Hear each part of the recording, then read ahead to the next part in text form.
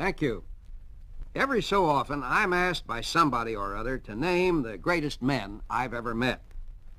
This is a question I'm reluctant to answer. The fact is, I'm not really sure whether there is such a thing as a great man.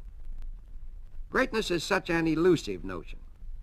Henry Ward Beecher used to say that greatness lies not in being strong, but in the right use of strength. I think that comes pretty close to expressing my own view. One thing I'm sure of, though, is that it's almost impossible for a man who's never experienced great obstacles to attain any stature. The Russians have a proverb about this. They say, "The hammer shatters glass but forges steel."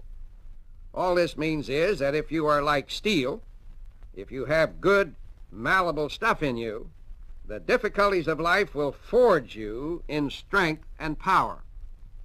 President Eisenhower once told me that one of the wisest persons he had ever known was his mother. It was her indomitable spirit that created the wonderful creative atmosphere that he was privileged to grow up in. One evening, when Dwight Eisenhower was playing some kind of card game with his family, he began to complain about the poor hands he was drawing. At this point, his mother drew him up short and gave him one of the most valuable bits of advice he ever received. More on this in just a moment.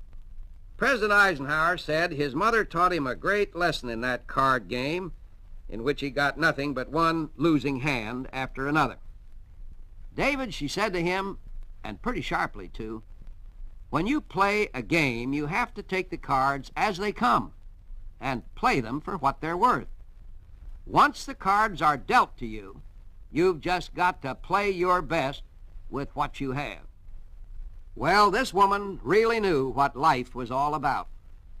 And President Eisenhower said he followed that advice all of his life.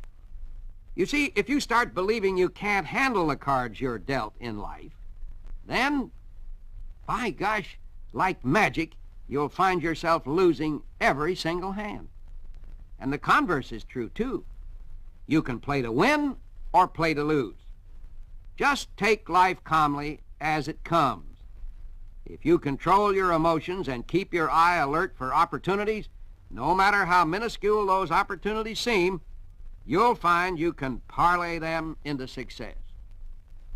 Horace Mann, the educator who's had more schools named after him than you can count, put it this way: "If any man seeks for greatness," he said, "let him forget greatness and ask for truth, and he will find both."